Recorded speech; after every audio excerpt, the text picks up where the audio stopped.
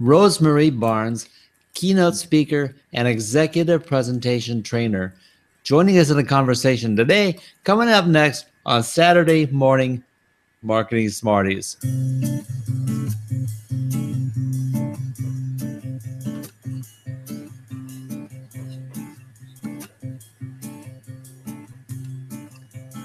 Amazing. I did the same thing that Lynn Sanders did the other day. And I had a secondary sound playing. So just goes to show you, technology is what technology is.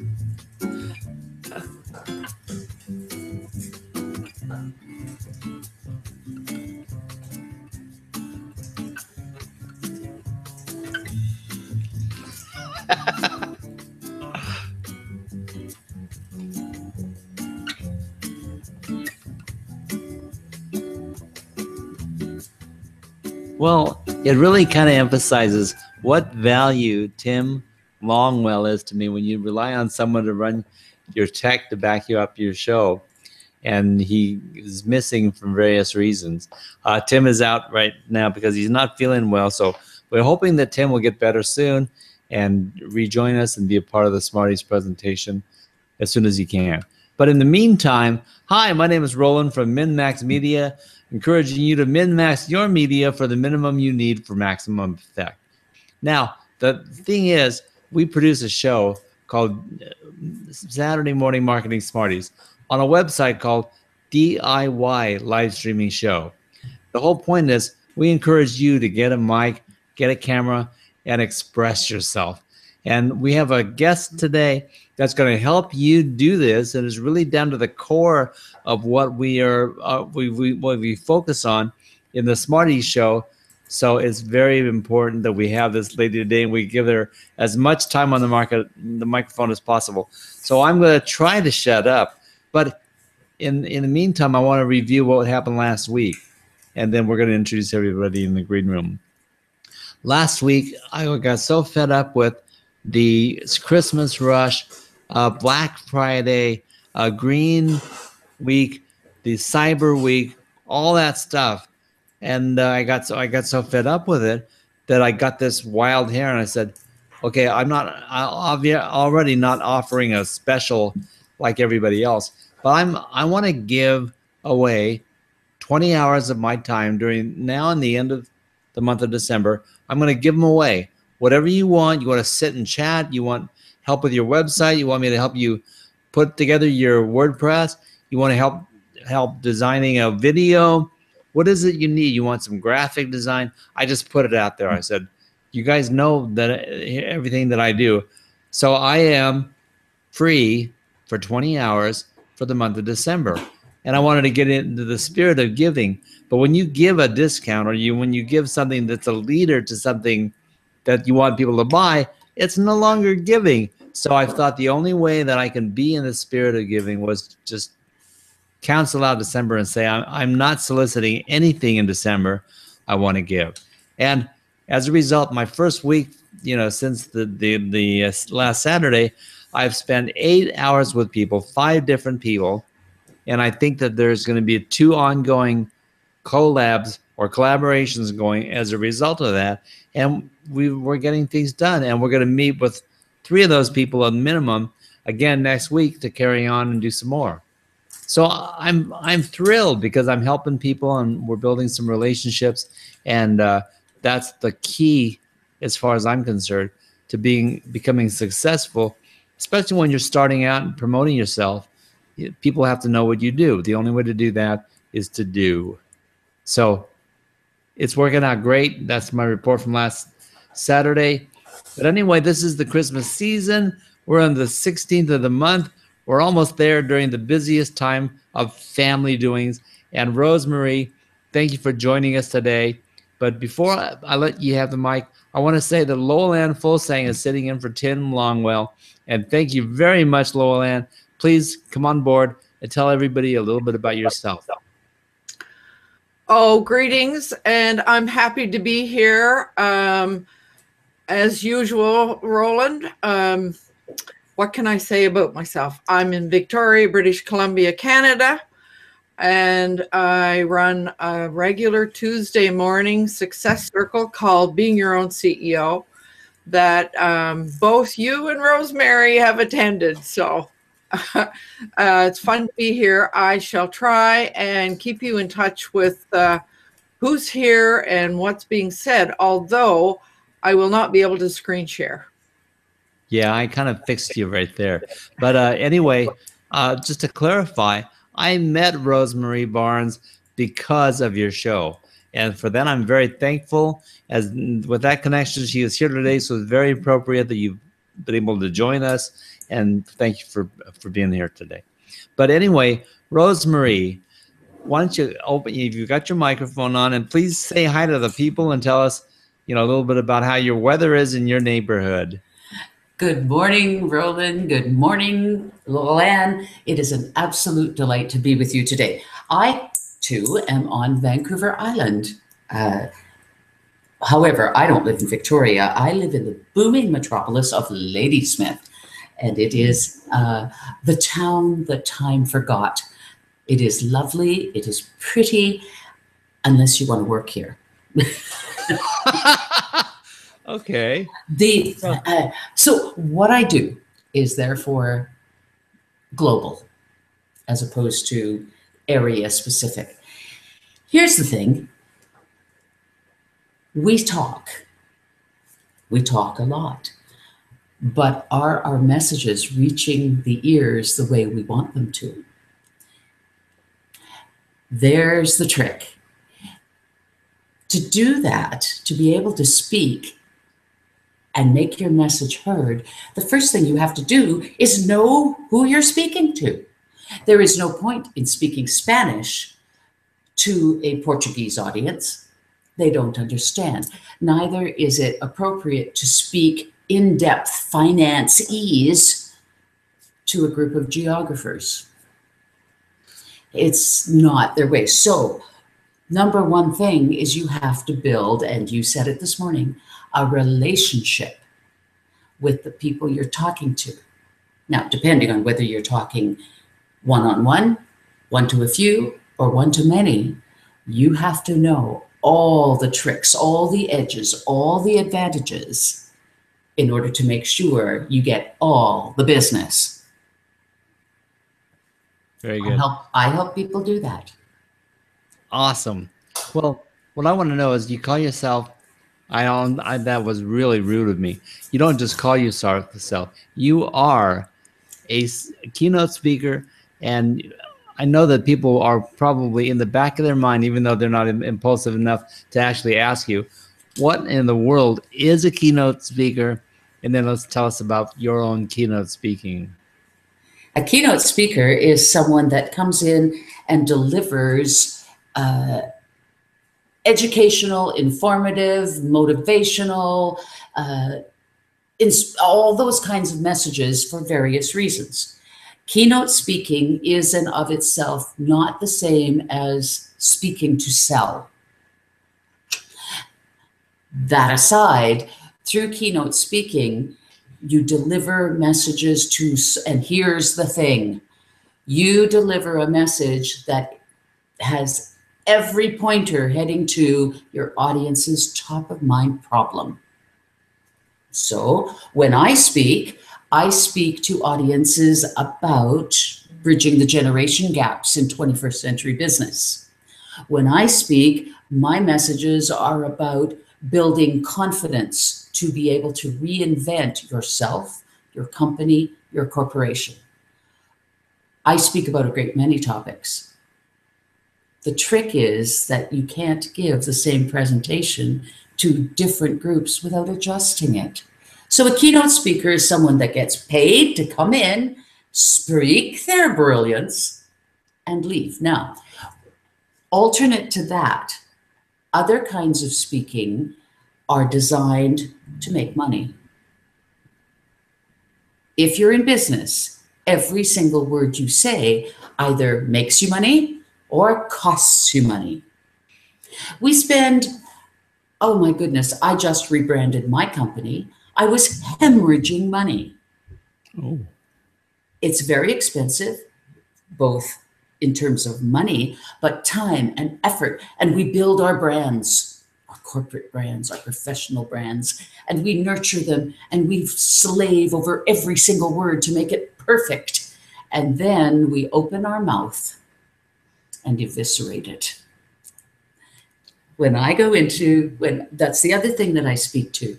I speak to people about how to speak, both inside their company, to stakeholders and share and their employees and the whole team. And I teach people how to speak outside of the company to a bigger audience. Those are very different kinds of speaking. All are necessary if you're going to run a business. Absolutely. Well, and also you mentioned your training, because not only do you do this, but you teach people how to do this. So you've got one-on-one training and you've got group training. Well, I know that there's probably multiple variations of this, but could you describe to me a little bit of the difference between when you're working one-on-one and how you work versus if you're delivering to a group? Sure. One-on-one training is exactly as we're speaking right now. You're telling me that you need to give a presentation. I come in, we work together. We work content and organization online if necessary because of distance. But I maintain and stamp my self-righteous little foot when I tell you that charisma and presence must be taught in person. It can be taught online, but it cannot be delivered as fully and be as beneficial as when I can see what you're doing, when I can see your face, when I can see that your body language is not in alignment. All of those things need to be done in person. That's one-on-one training.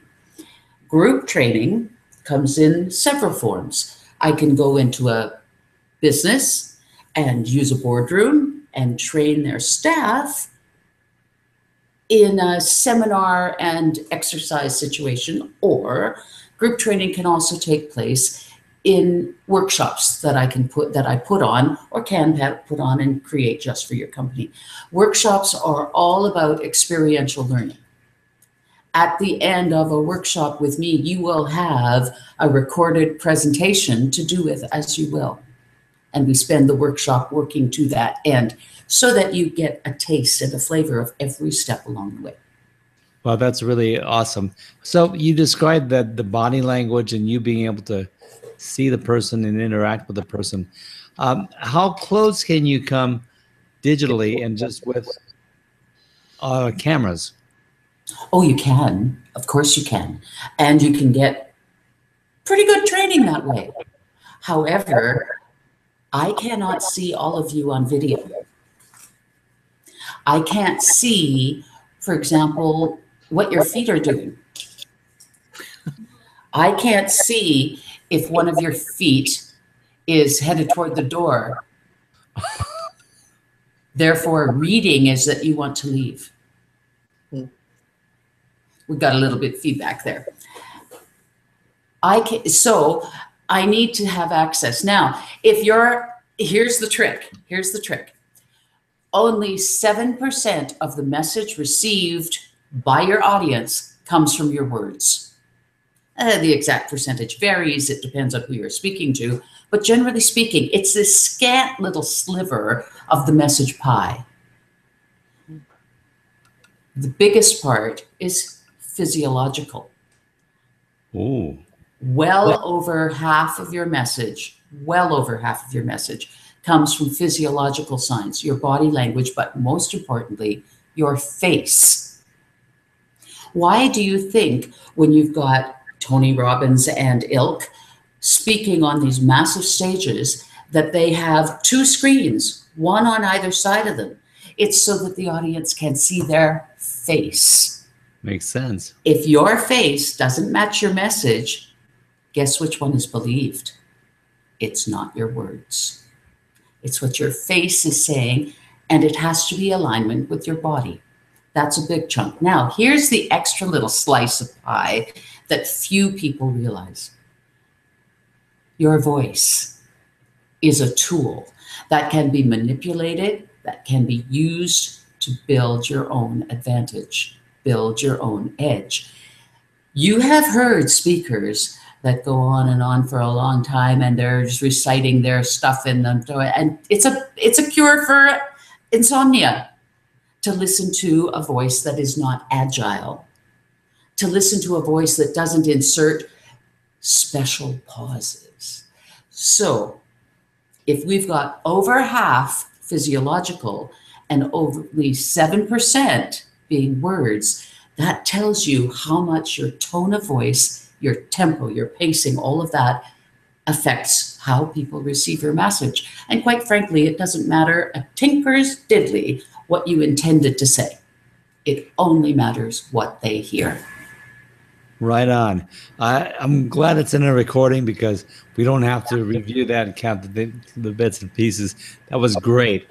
But Lolan has something that she wants to bring in, so I'm going to give her the mic. So first of all, I want to say I was in the audience when Rosemarie spoke to a group about elevator pitches. And let me tell you, the whole group was absolutely spellbound. So that's a testimonial for what she does. I also want to acknowledge some people that are out there listening in and watching. Vivek is there, and he says, I enjoyed your Plymouth experience in your YouTube videos, Rosemarie. And Aaron of Stroke TV says, Rosemarie may be the most articulate person I've ever heard. Oh my goodness. Yeah, this is great. And Roz Boundy from Australia is out there. She's been overcoming a little bit of technical difficulties, as we all do periodically. And I also want to say that Barbara Quick, one of Roland's greatest fans, is out there. And she was saying that she was sorry that Tim is ill today. Sorry to hear that, she says. What else is here? I think that's about it. So I just wanted to make sure that all of the folks that are out there are acknowledged and welcome. Very good. And also I noticed that Mark Davenport, the other half of the Heidi Hornland crew there, which has the show on the wisdomfactory.net. So Mark Davenport is out there, and he mentioned a statement. Yes, and there are limits to teaching online. Heidi experienced these when teaching voice, and certainly that's got to be a major issue when you're trying to teach someone how to sing and the various nuances of what to do with your body, because there's so much involved with the physicality, not just the tone of your voice. Well, the tone of your voice is affected the way you stand, the way you hold yourself, how you breathe, and all those things. So it's very, very important. Thank you, Mark, for showing up today and contributing. Thank you all for your very, very kind words. There are limits. There are big limits to what can be done online. We seem to forget that the online world is a tool. It is not the be-all and end-all. In my work with younger generations and how they fit into our workplace and what their expectations are, it is amazing to me that our youngest generation, the edgers, the individuals born after 2000, are craving more and more personal, one-on-one, live contact. They were born with two cords, an umbilical cord and an electrical cord for all their devices. What they're craving now is live and in person. They're tired of screen time. Now, that's not to say that it's going anywhere, but we forget that not everything can be accomplished online. Absolutely. You cannot mother a baby online. You cannot teach someone to speak completely online. Some things have to be done one-to-one. Absolutely. Now, all these things being said, the internet is a very much an enabling device to make a closer connection to the one-on-one experience than we've ever had before. So one of the things that I encourage is that people get that far and meet people, engage and interact with them, and establish those relationships. I have some relationships with people that I only made online, and then we got together in person, and it was just like we were already old friends getting together. It was great to hug them, but we were already in that spirit of connectedness, and so we can do a lot with the online stuff. Well, we can, and it is a tremendous tool. By no means did I mean to insinuate that the internet wasn't brilliant, because it is, and it has changed our world. And we didn't take it that way either. We did not take it. But when we do get together, if I am training with you and we have covered content and organization and all that kind of thing, then, oh my goodness, we know each other pretty well by the time we get through that. So that when we get together, there is no shyness. There is no fear that if I'm going to ask you to quack like a duck to see what your voice does, that you will feel insecure. If we're working, a voice is an entirely personal adventure. I had a teacher once that told me, I would rather teach instrumental students 5,000 to 1 over choir students, because with an instrument, you push a button, sound comes out. Now, we're not talking about wind instruments here, but you pluck a string on a guitar and you will get the sound. Sometimes the voice comes out and sometimes it doesn't. Sometimes it squeaks when you don't want it to, and other times you have too much saliva in your mouth, and all kinds of things happen. Your voice is extremely personal. It comes out of your body on your very breath, which is the essence of your life.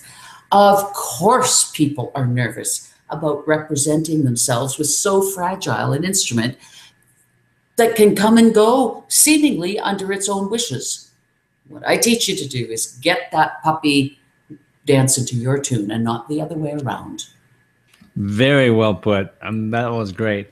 I know this is a very emotional subject, because when people are thinking about this, they're considering, I'm thinking about live streaming, I'm thinking about presenting, I'm thinking about being a writer, a speaker, etc. It's like, man, this is scary. We're going to back everybody off the edge a little bit, and talk about a little bit of a sidestep now, because I don't want this to get lost in the shuffle of what we covered today. You have written several books. So you are an author. You've written some books. Can you tell us a little bit about your books? Oh, I would love to. The very first book that I wrote was called Confident Public Speaking, Being Heard Above the Noise. There are lots of people that speak. Very few are heard. The book is an easy to read, amusing rendition of all kinds of examples and whatnot, but it is a step-by-step how-to, what to think about, detailed listing of things you have to do, things not to do, what to watch out for, how to create a compelling presentation, how to present it, how to deliver it. On the other hand, oh, and I must put in the plug here, 5-star reviewed, bestseller, woot woot. It's a lovely book. It's not big, it's not threatening, and it has been recommended to be a public school board teaching text for high school students because it's very approachable. Speaking is a learned skill. Driving a car was a learned skill. Tying your shoelaces is a learned skill. We're not fearful of those, but the fear of speaking is huge. Confidence stages exist in its initial form to get people feeling more confident about themselves, their opinions, their ideals, and their work. There are two great fears of humankind: dying and speaking in public. And depending on who you're speaking to, one is more important than the other. It is a sad thing that speaking in Jerry Seinfeld said, most people, if they have to go to a funeral, would rather be in the casket than delivering the eulogy. If you can Wow. be, yeah, I know, isn't that something? And it's true. And it's very true. My father was dismayed when I told him I was getting married. And he walked around the house looking like he might have to swallow razors at any minute, until I finally said, Dad, what's the matter? He said, I don't have to speak at your wedding, do you? I don't have to talk. And I went, no, Dad, you don't. The relief was tangible. Yeah. He would rather have paid for me to elope than to have to speak at my wedding. It was fine. I speak for everybody. It's no problem. But the thing is that if you can become confident in the realm of public speaking, which is our second greatest fear at least, what can you not do? If you can speak, you can conquer the planet in terms of the effects of confidence. I love it. And we're going to let everybody take a breath of fresh air right now. And I love what you're saying. And we definitely want to curtail this because we've got several subjects that we want to cover before our hour is that's going by really fast. But at any rate, thank you very much. And then we'll be right back on Saturday Morning Marketing Smarties.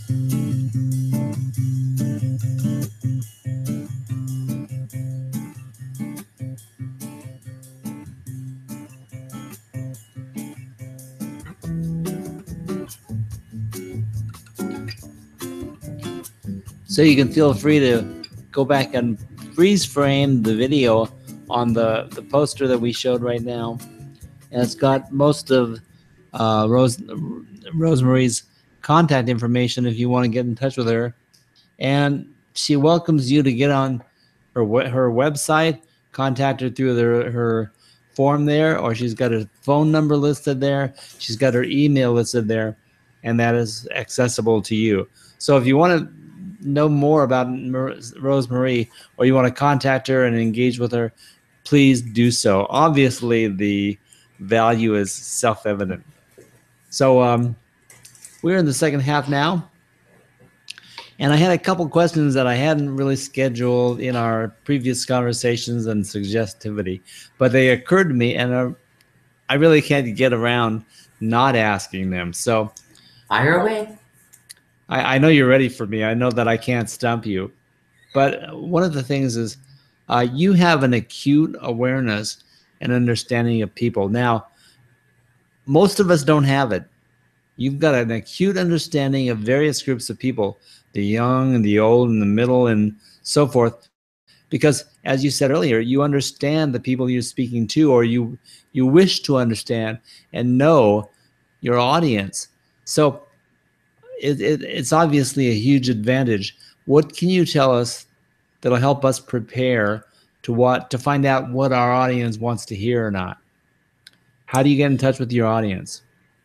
You research them before you ever get up to speak in front of anyone. You have to research and know who's in your audience. Now, there's one little trick that I do. It's not a trick. It's not a trick. What it is a very beneficial way to find out exactly what your audience wants. Meet them at the door as they're coming in. Be there 15 minutes before you start to speak. Greet them at the door, shake their hands, welcome them to thank them for coming, welcome them in, and ask them, what are you hoping to get from today's presentation? If you've done your advertising right and your previous research right, there shouldn't be any surprises. So when you get up on stage, I'm calling it stage, when you get up into the presentation space, you talk to Mary that is from Baltimore and said that she would like to have known about when she got up to speak. So let's talk to that for a minute. And you adjust your presentation to make sure that you're talking to the people. Now that you've already met them, you've already shaken, you touched hands. And then I are a speaker, I know words. And you've made yourself available to them. By the time you take the presentation space, they're already your friend. Yeah. They already like you. They already want to get to know you. They already want to trust you because you've taken the first step to get to know them. That's for when they're coming into the room. Prior to that, it depends what events you're doing. You cannot speak to Boilermakers the same way as you speak to pudding makers. So you research what their top of mind problem is and you speak to that. Always. If it's not their problem, they don't care. I love it. You're talking about bridging a gap that is a real gap in connecting with your audience so that they actually feel like you're not an untouchable, or you're not just a person on stage or being featured, but you're another real person that's just leading the pack from where they are actually. So I like that. Lola, did you have something? Well, there's a comment, and it's almost like a question from Vivek. He says, fear of speaking comes from being rejected by the audience. So it's not actually speaking, but how you would be perceived. So what comes up for me from what Vivek said is, what do you do about that fear of being rejected? Any ideas or suggestions? Absolutely. Yeah. Absolutely. First of all, fear of rejection permeates many people's lives. I don't purport to be a psychiatrist, psychologist, or any other kind of gist. I can speak to the fear of public speaking and how to handle that physiologically. I can speak to how to handle that mentally. I cannot speak to the innate fear of being rejected. That's a much deeper level. Most of the fear about public speaking comes from the fear of forgetting what we're doing up there, that we're going to go stupid. And here's what happens. As soon as we start being fearful, we begin the cycle. When we're fearful, we begin to chest breathe instead of body breathe. That kind of breathing in your chest releases adrenaline so that we can fight or run away. Unfortunately, in order to do that, it has to get the oxygen from somewhere.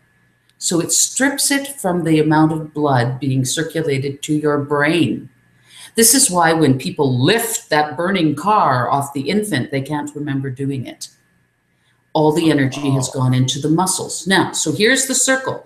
You're fearful, so you begin to pant like a puppy. That reduces the amount of oxygen you get, and it further reduces the amount of oxygen you get to your brain because what you do have is funneled elsewhere. So, step one to reducing fear is to breathe like the babies do. Belly breathe. And we can go into how to do that. It would be much better when accompanied by video, however. But if you want that, I can give you a link to a video that I've created to teach you to do that. It's very short, it's very pleasant, it's step by step, you'll learn. The second thing to realize when dealing with fear is that we need to activate our core. Core, the buzzword of the 2000s. Core work, core this, core that. Well, for speakers, the core is from your belly button down to your hips. That's your core.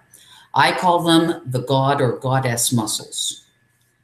To keep yourself steady, stable, and feeling grounded, the first thing you do is make sure you've got enough air circulating to the vital parts of your body, i.e. your brain.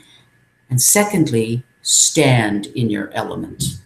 Stand strong, stand grounded. Too many things to think about, though, when you're up there in front of people and you think that your breakfast is about to reappear. So what you need to do then is, and here it is, this is $500 worth of stuff just right here for you. Tighten your cheeks, not the ones on your face. Oh. By that, the glutes are a huge muscle. They also, by control and can activate your core. So as you're sitting and listening or standing and listening, go ahead and tighten up your hiney. You got to do number 2, and I'm not going to let you. Tighten that puppy up. Leave everything else fine. Just tighten your glutes. Are you doing it? Great. Now, is your core engaged? Are your even your hip connectors should be engaged? The beer belly should be nice and snug, leaving your throat, your shoulders, your head, your arms, your legs, everything else is ready to move, but your core is solid. When you do that, coupled with breathing properly, your body will stop shaking. Your paper will stop rattling. You will feel grounded, and the power of your grounding comes through in the power of your words. Therefore, you are believable. Therefore, you can be trusted.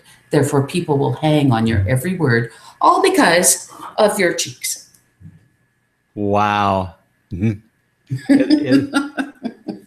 Well, I've heard of talking out your A blank before, but that brings a completely different vision to me.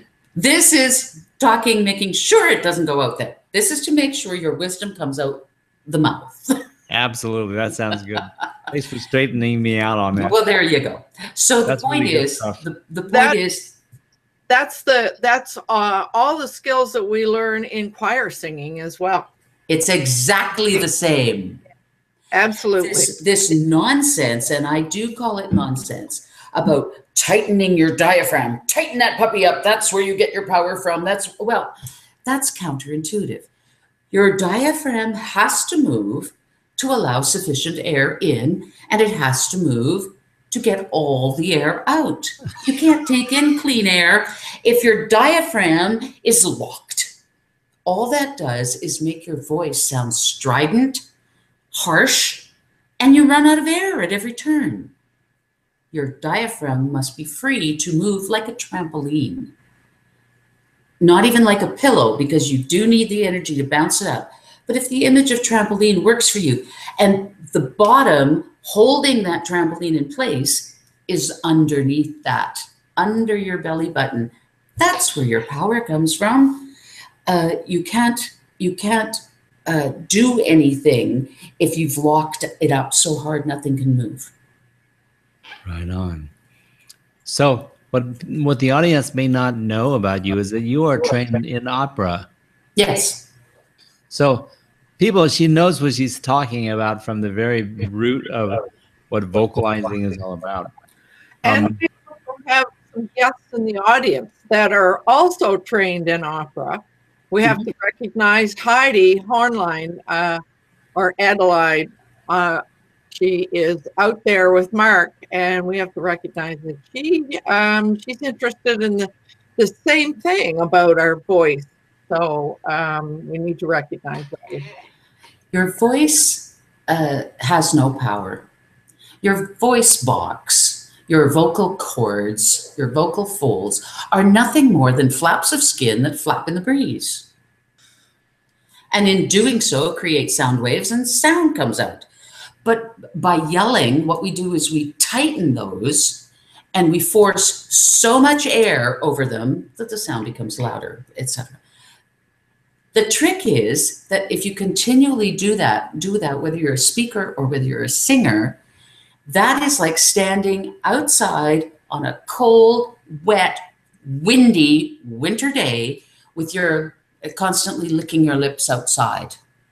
You know, that chapping that happens. You've seen children that are chapped all the way from their nose to their chin because they keep licking their lips outside. Well, when you are forcing too much harsh air over your vocal cords, that's what you're doing. Your vocal cords live in a little rainforest. And just as rainforests on the planet are very delicate, they're delicate inside your throat too. This is why headbangers and very hardcore rock musicians don't last very long, because their vocal cords begin to scar. They begin to chap, they begin to crack, they begin to create nodes on them as scar tissue from abuse. Maybe that's why Rod Stewart is such a horrible vocalist, but so much loved. I don't know where he got that voice and to think that he could be a rock star, but he made it, didn't he? That took courage. That really took courage. You know, his pitch is very good. It's just his sound quality. He's got scarring in his throat from something. There's no doubt. That can happen from having a tonsillectomy. That can happen from, and it can be fixed. Vocal notes can be fixed, but your voice may or may not ever have the same resonant quality because now you've got scar tissue to deal with. And one slight wrong move, you could lose your voice completely. Yeah. Pretty dangerous for a speaker. No doubt. Therefore, what you need to do to take care of your moneymaker that's hiding right there in your throat is you have to know how to be gentle with it. Remember, it's a delicate environment. Treat it as such. Absolutely. That's great information, great advice. Now, I'm going to transport us to a new planet for just a moment, okay? Okay. And then we'll be back in a moment, but I have to ask you this because I know if Barbara Quick is out there, she might be thinking it too. But I would like your opinion on how important the English language and proper English language, how important that is today. Have you met me? I am the grammar Nazi. I'm right behind. Here's what's happened to our English language. As our society has become less formal, so too has the use of our language. In the Victorian era, when we were all nicely corseted and tightened up and men wore top hats and gloves, etc., everything was much more formal. People took great pride in speaking a la upper class in order to distinguish themselves. You didn't want to speak like a snipe. You wanted to speak rather more eloquent. As all those formalities have whittled down into a much more casual society, so too has our language. Going to is now gonna, woulda, shoulda. I went to the mall and I found the greatest pair of shoes and oh my God, they are, but I can't decide. So I'm going to send you a text. Stop it. Stop it right now. You do yourself no favors by speaking street language and slang, even in the most casual environment. What do you want to sell yourself as? You can still be completely casual and hang out with your buds and do all that kind of thing and still not resort to language that is somewhat less than impressive. Move that into the business world. For example, a tiny example. If I go to McDonald's and I hear the clerk behind the counter saying, "What can I get you guys?" I can swallow that. If I go to Earl's and hear this is not product placement, by the way. If I go to the next level of restaurant, it jars me. If I go out to a fine dining establishment and I have the waiter come over and say, "What can I get you guys to start with?" I want to leave. I find that to be far too casual for what I'm paying for. I'm paying for ambiance. I'm paying for the experience. I am not paying to be your little buddy. Now, before you get your knickers in the knot, everybody, this means, once again, have you met me? There is a time and a place for casual language and formal language.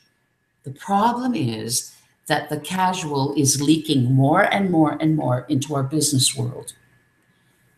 If you are talking to a $100,000 client and you can't figure out the last word of the contract, you're not getting the deal. Kiss it goodbye. Belief in yourself, comes from respect for yourself. Respect for yourself shows through how you dress, how you walk, how you look, what you do, and most importantly, how you speak. I love it, and I thank you very much. The type of thing that I've experienced the last decade is this degeneration of language that's gone along with the ejection of the cursive ability to write cursive, and a number of things that are similar and on the same boat as it leaves the docks. But what's happening to me is I'm noticing that some very well-spoken people and people who are in the public eye, in the limelight, saying things like "him and me," or they gave the gift to my wife and I. And I'm thinking, well, 50% of the people are not going to find anything wrong with they gave that gift to my wife and I. They're not going to see that it should be my wife and me. And they're so used to thinking my wife and I, this and that, but they don't realize if they are the subject of the target of the action, it should be me. You don't give the gift to I, you give the gift to me. So Completely true. So that's something that's always bugged me. And it's very important because here's the thing. Who do you want to represent yourself to? If you are representing yourself to someone that is more formal in nature, then you have to speak more formally. If you don't know how, because you're constantly living in casual speak, you're at a disadvantage. In the world of business, can you afford to be at any disadvantage? We are in a hyper-competitive state. Our world is changing faster than we can keep up with it. If we cannot address our audiences respectfully, then we shouldn't be addressing them at all. And I don't mean to should in someone else's yard, but what I do say is, why would you not take advantage of every opportunity? Every edge is a winning edge. Speaking is a hugely ignored one and can make the most massive difference between being known, liked, and trusted by your client and being washed away as unworthy. So, Rosemary, here is a question from Roz.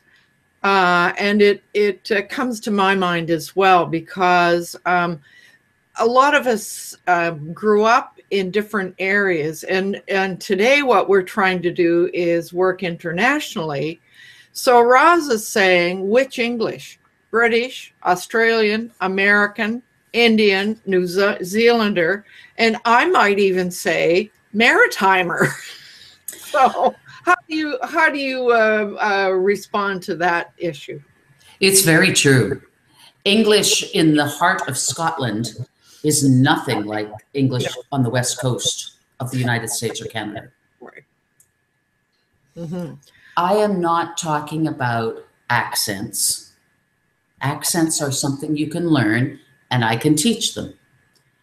What I'm talking about is your word choice. Mm-hmm. What I'm talking about is representing your language as you know it in your area as it relates to the people who are listening. Who do you want to attract? Speak their language, but the very best of their language. Maritime English is a delight and a wonder. It is like music to my ears, but honestly, I have a very hard time understanding what they're saying. So if someone from the Maritimes wants to speak to me, then it is not up to me to learn that person's language. It's up to the speaker to learn the language of the listener.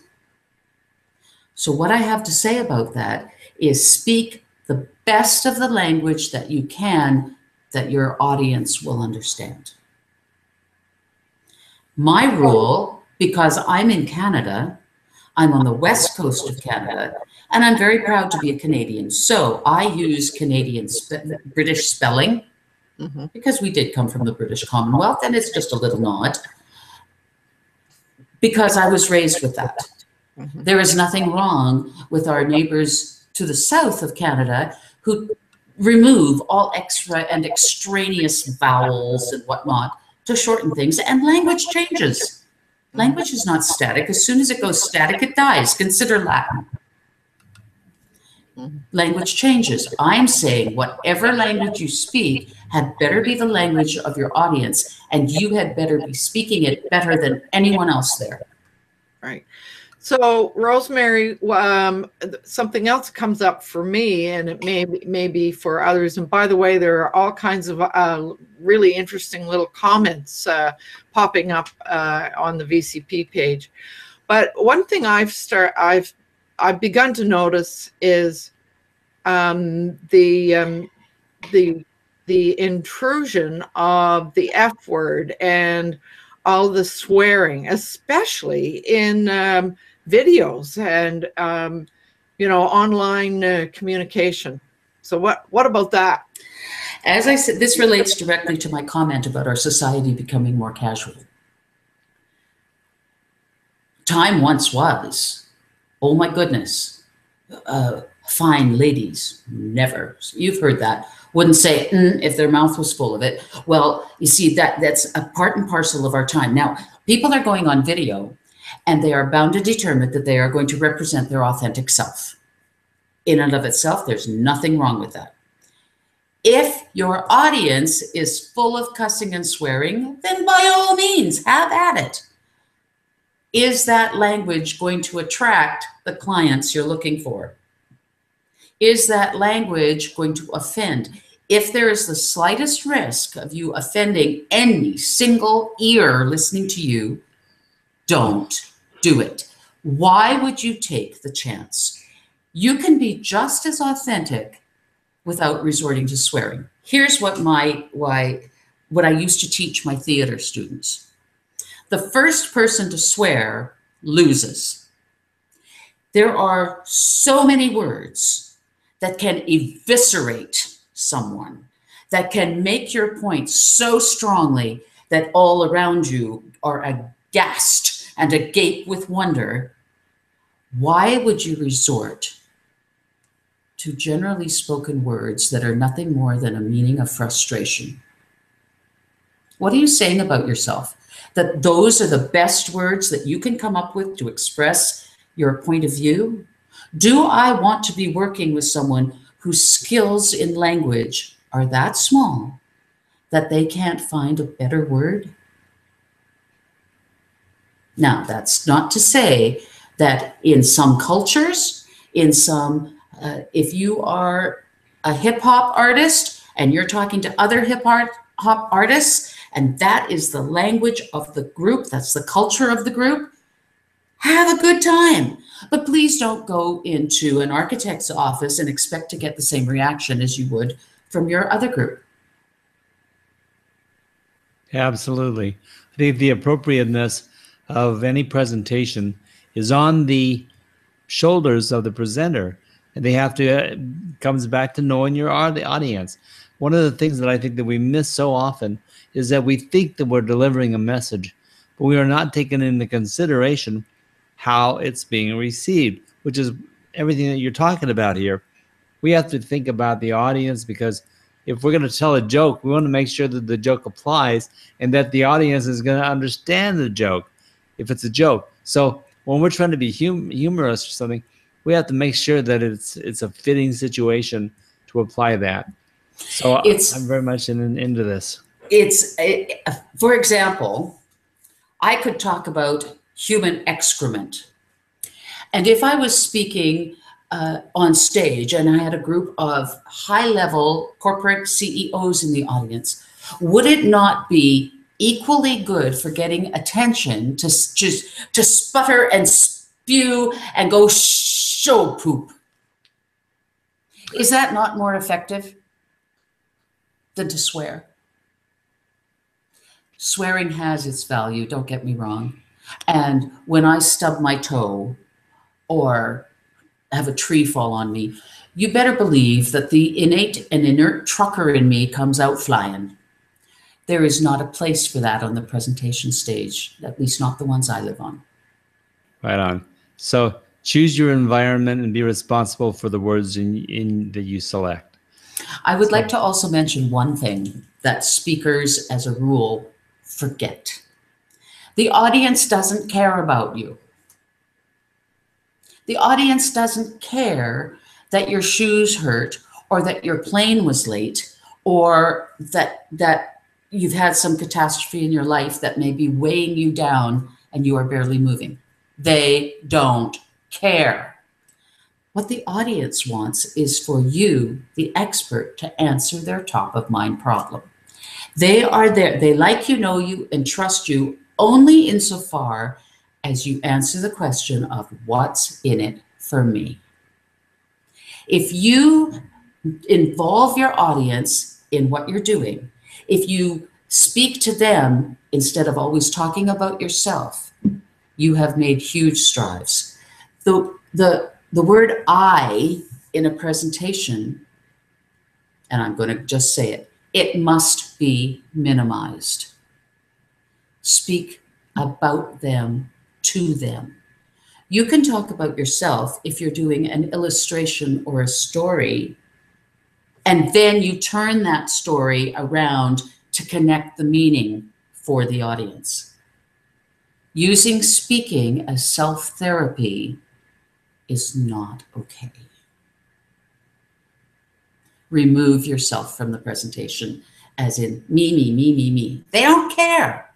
It's very humbling to know that as a speaker, they really don't care. They only want to know what's in it for me. That takes such a huge amount of stress off you. They don't care if one shoe has a nick in the shoe polish. They care about what's in it for me. Give them that. Excellent. So we're not, as I thought we were, we're not covering a couple of the things that I wanted to, because you've got some excellent blog posts. One of them was special needs for everyone. That's a nice subject. And also the powerful music of the speaking voice. So you've got a couple of blog posts that really deserve to be read. I'm going to let people pursue that if that sounds like it's interesting to them. But before we go, because unfortunately we're wrapped up at the end of the hour, is there anything that you would like to leave the people with that we didn't cover, or that you would like to wrap it up at the end of this? Whatever you would like to deliver, the time is yours. I would like to impress upon people that in order to speak in public, you have to believe in what you're saying. You have to believe in yourself, and you have to believe that what you have to share is of value to the listening ears. If you are doing it for yourself, please do the world a favor and record it and listen to yourself night after night. Now, that being said, you have to have a great deal of confidence in yourself to put yourself in front of a group of people. It is extremely vulnerable, unless you're old and cynical like me, in which case it's fine. But it's a difficult thing to do. You need confidence to do it. Now, understand, confidence does not come from always being successful. Being continually successful only breeds complacency. Confidence comes from navigating through trouble, pulling yourself up by your bootstraps when you think you can't go any farther, and showing yourself what you are capable of doing.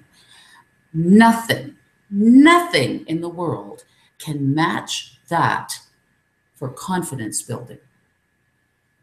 Finding your way out of difficulty. And if confidence comes from learning how far you can take your abilities, then learning to speak in public, whether to business colleagues or to a Rotary group or to your women's luncheon meetings, whether as a teacher, whether as a student giving a presentation in front of the school. Public speaking is the best way to build your own inner confidence that will then prepare you to go and deal with everything else the world can throw at you. And you now have the confidence to say, I have beaten that biggest fear of humankind. What can I not do? That is a perfect wrap up to a wonderful discussion. And I want to thank Rosemarie for being with us today. And if anyone has any wish to get in touch with her, We all know how to do that. So contact us, contact her directly. All of her information is there in the video and also in the event details. And also, I want to thank Lowell Ann. You sat in for Tim today, and unfortunately, he wasn't able to make it. He's missing it. And you've been a great help, and I thank you very much. But it's been a great event. I'm just very pleased that we were able to produce this. And so I thank my guests, I thank my assistant, and thank you out there for watching Saturday Morning Marketing Smarties. Thanks a lot, everybody.